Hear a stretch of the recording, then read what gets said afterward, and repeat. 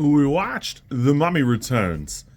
The mummified body of Imhotep is shipped into a museum in London where he once again wakes up and begins his campaign of rage and terror. It's 129 minutes. I think I'm going to have to start writing these descriptions myself because that is not, that's not really what's going on, honestly. I had really high expectations for this. I'm not going to lie to you. I had really high hopes for this because I still remember this movie very fondly, but it definitely shows that this is made, kind of quickly and not particularly cheaply. And while it is a commercial success, it definitely has a lot of, shortcomings. Everything about it just feels like it's written kind of cheaply in a lot of ways. I don't really know. There's a lot of great chemistry here. I think Brendan Fraser and Rachel Weisz have a couple scenes where the chemistry isn't really working for them.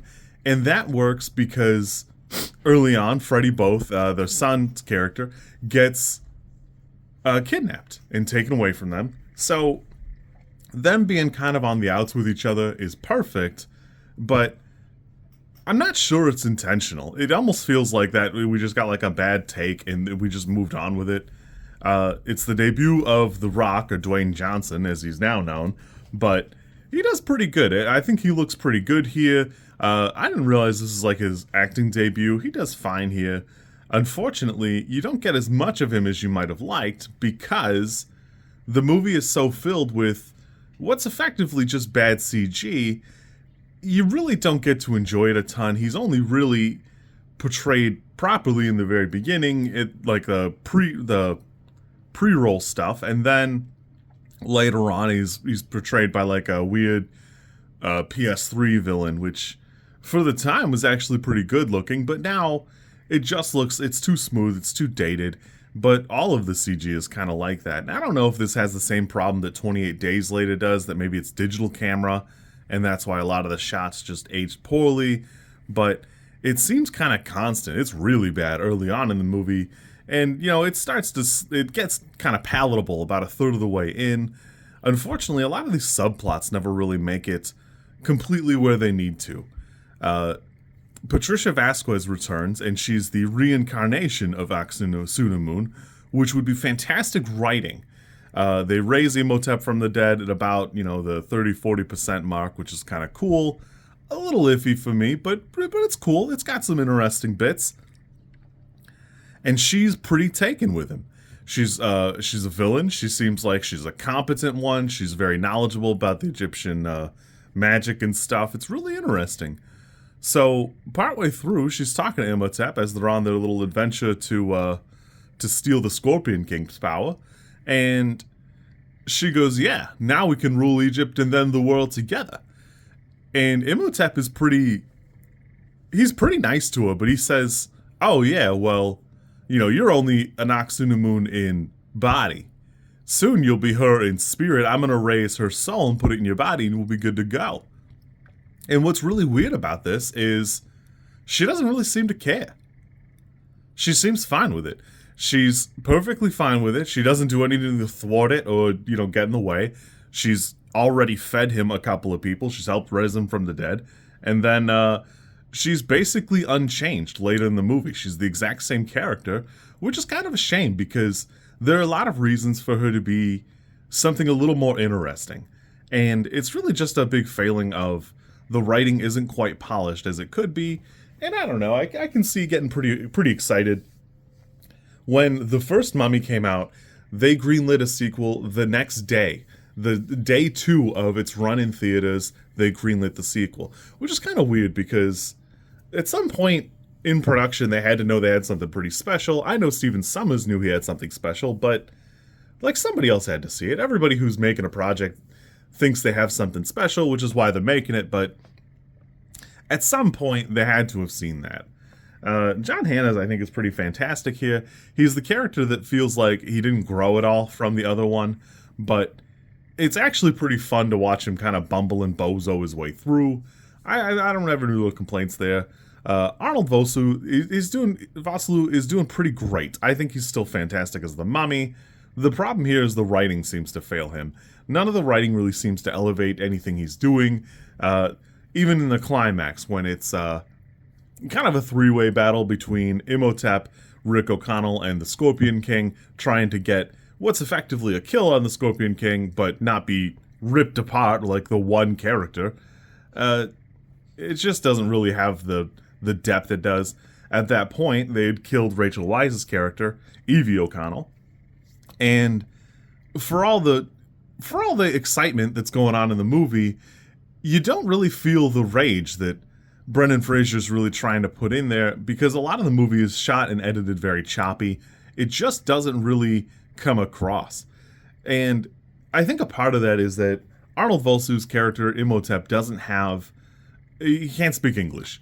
It seems like he speaks English early on in the movie, but that's when he's talking to Alex O'Connell, the son, and I'm pretty sure he's actually speaking Egyptian, and the kid just interprets it as English. It's kind of cool, but the problem is there can't be any character moments between Rick O'Connell and Imhotep other than like body language, and they've got a couple good moments where they glare at each other early on, but the climax feels very lacking because there's no other way for them to communicate or Rick to show that while he was definitely locked in the first movie, it's very different. In fact, he actually goes to kill somebody from behind, which we never see in the movies before this. But as soon as he sees that a trap is like eating the arm off the guy, he moves right on.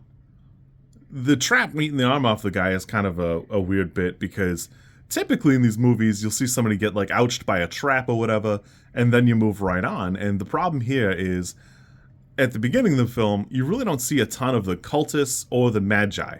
And what that means is you don't have anybody to soak up like an acid trap or something debilitating or something that actually hurts you to where you're worried about any of these things. And there's certainly reasons for traps to be going off, stuff like that.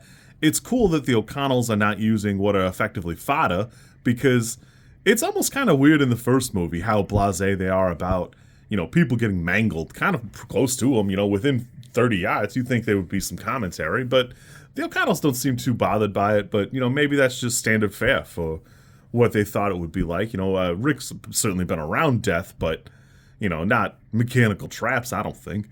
So the lack of these characters being all over the place early on in the film means that you can't really set any tone. There's nothing like that.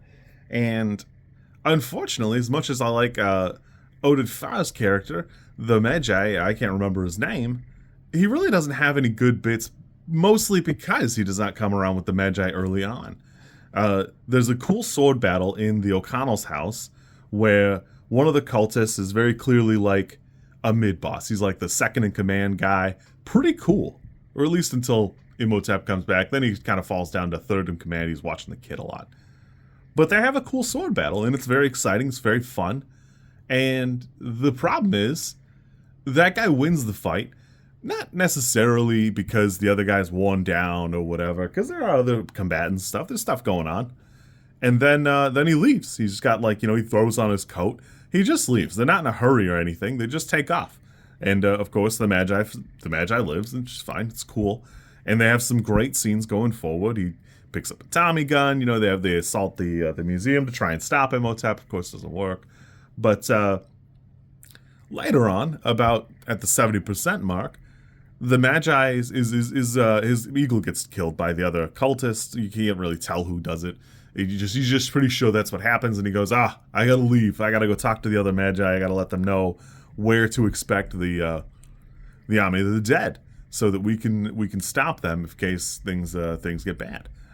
Well, something must have happened, because 2-3 minutes later, he's still with the group, and he gets into a battle. But he does have his battle with the cultist guy.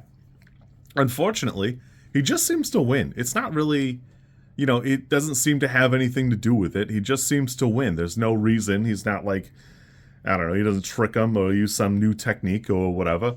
He just seems to win, and I don't really think that is particularly good.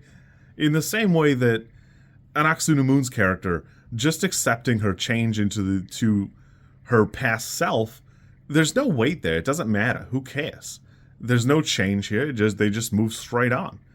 Unfortunately, a lot of these CG moments really do drag the movie down. And that's a shame because there's clearly a lot of like practical effects in the first one, and when they're speeding through, you can see that they've digitally enhanced everything.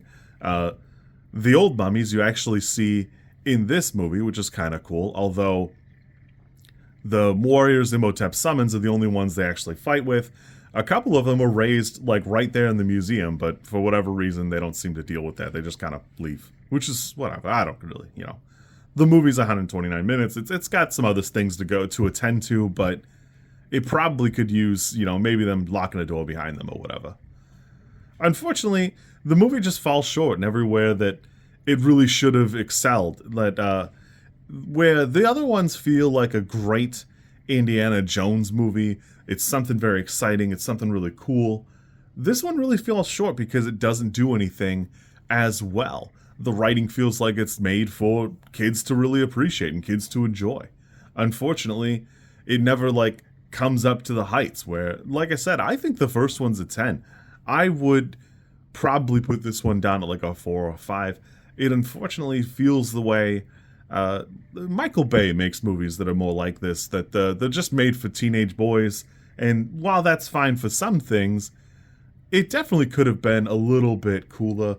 It could have had a little bit more depth, and it certainly could use a little bit of a pass in editing and also in the writing. There just needs to be more here.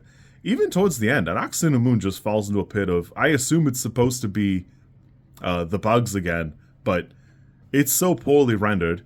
It's just goo. It's just goo. You can tell she's dead, but it's just goo. There's nothing there to say it would be anything other than it's just the goo. I don't know. I really I still like the movie. I still enjoy it. I can't say that I'd ever turn my nose up at it, but it definitely needed some work. I see here that it took until 2008 to make a threequel in The Tomb of the Dragon Emperor with Jet Li. I remember not liking that movie particularly fondly, so I don't know. I'll have to check it out, but I enjoyed this movie, but it definitely aged poorly of the bunch. Man, that editing is just it's just rough. You can see it in other movies now, but man, it did a bad job there. I can see why this one is not as well rated. Unfortunately, I think I had this one at a 6, and I'm definitely gonna move it down. I don't know if I can quite go to a 4 in my heart, but probably 5. You kids be good. I'm still enjoying my adventures with mummy movies, but I don't know. I doubt I'll get Tomb of the Dragon Emperor here before Lee Cronin's mummy movie, but we're gonna try.